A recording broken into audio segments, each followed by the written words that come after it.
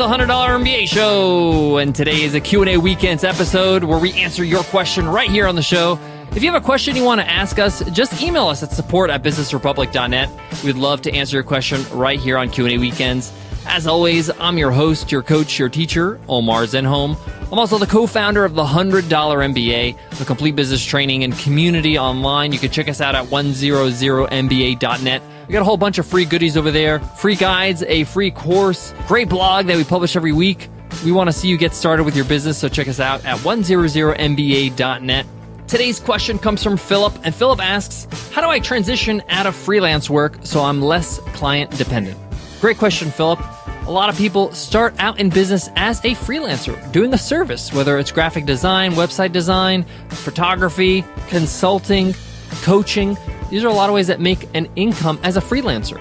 But many of them try to transition out because working with clients can be fun and pleasurable, but also it can be very, very taxing, especially when you're dealing with a lot of clients. Now, this is not always true for everybody in client work because a lot of people have really great clients and they've worked really hard to prune their client list. But some people realize that they want to do their own thing, want to build their own products and sell them. So in today's episode, I'll explain how you can make that transition, as well as some things to consider along the way. So let's get into it, guys. Let's get down to business. Today's episode of the $100 MBA Show is sponsored by Acuity Scheduling, our favorite app when it comes to managing your schedule.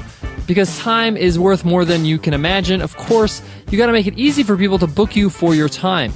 If you are a freelancer, if you are in the client services, or even if you are getting booked on other shows like podcasts or video shows, or you want people to be able to book you easily to have a chat on Skype, this is how we use it. You just give them your Acuity Scheduling link and they can book you right on your calendar. It's super simple, but don't take my word for it. Give it a try for free. Acuity Scheduling is giving every listener a 45-day free trial with this special link. No credit card is required. Just go to acuityscheduling.com/MBA. That's ACUITY scheduling.com/MBA. So Philip asks, how does he transition out of freelance work and be less client dependent? First of all, I want to make sure this is super clear. If you have a thriving client business, meaning that you are paying your bills, your expenses, you have enough to live off with your freelance business as a freelancer, then you should consider yourself lucky. You should consider yourself fortunate. I know you worked hard for it, but the point here is that you have a business that's working. So you got to make sure that you make the transition smooth. But there's a reality you have to come to terms with. And this is a reality I had to deal with because I was in the services. I was doing services for other businesses. And then I transitioned into doing my own business, providing my own products. And that reality is that you only have a certain amount of time. So you're going to have to let go of some time, some clients to work on the next step of your transition. Whether that's building your next product to sell, whether that's a course teaching people how to do what you do, or if that's a piece of software, or if it's anything else. Whatever you're going to be working on as the next step is going to take you time.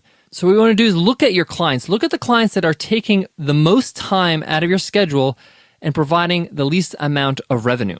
And usually these things go hand in hand. In my experience, those who pay the least are the ones that demand the most time out of you. It's just how it is for some reason. So you're going to have to let go of some clients. Hopefully not a lot. Maybe one client is enough, but you just can't do both full time. You can't have two full plates.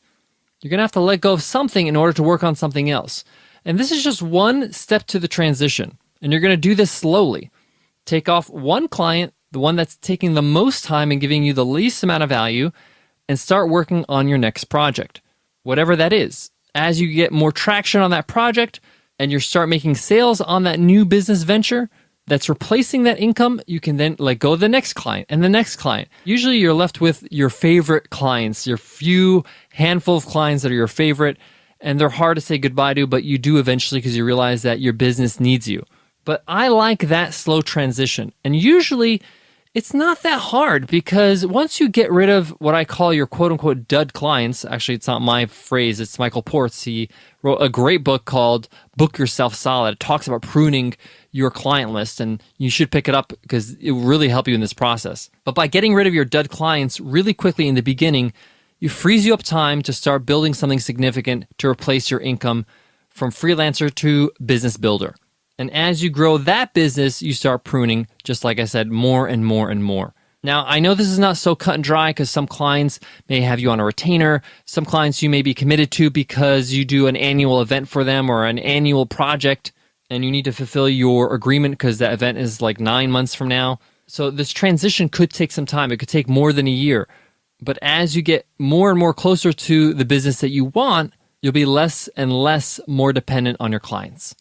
That's really the short and sweet of it. I really wanted to make sure that I answer this question as best as I can. And you're going to have to make some decisions about who you're going to prune. This should be pretty easy. And again, Book Yourself Solid is a great book about that. That can really help you with that and show you who do you prune. Guys, I got more on today's topic, but before that, let me give love to today's sponsor, SumoMe. Everybody knows to grow your audience, you need to grow your email list and grow your website traffic. Wouldn't it be awesome to have a tool that would help you do exactly that? Well, luckily, there's SumoMe. I've been using SumoMe for over 2 years now. I absolutely love it because it makes it easy for you to offer something to your audience in exchange for their email. It also helps you grow your traffic and analyze your traffic. They have some great apps within SumoMe. And that's the thing, SumoMe is a suite of apps in one. It works on any website, and get this, you can have free access to SumoMe for life. Just go to this link, 100mba.net/SumoMe. Again, that's 100mba.net/SumoMe. One more piece of advice when it comes to transitioning from freelance work, client work, to your own business that sells its own product. You will be doing something different. Different sets of skills are required here. You're managing and building something different. It's not what you're used to, so you have to make sure you allow time for that learning curve. You might have to manage new people, whether that's a freelance website developer or a VA, whatever it is. You're going to be dealing with new challenges because this is a new chapter in your career.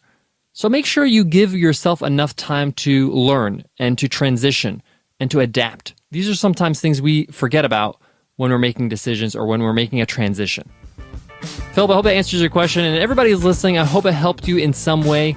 Remember, guys, every weekend we do Q&A weekends where we answer a question. Just send your question over at support@businessrepublic.net and we'd love to answer it.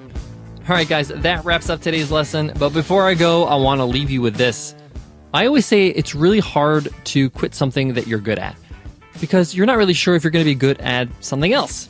But if you're making this transition because you want to have a new challenge, or maybe you're frustrated with your current situation dealing with the clients you have, I implore you to take a look at what you're doing now, what your freelance skill is, and see how you can transition it into a product business and not do something completely new.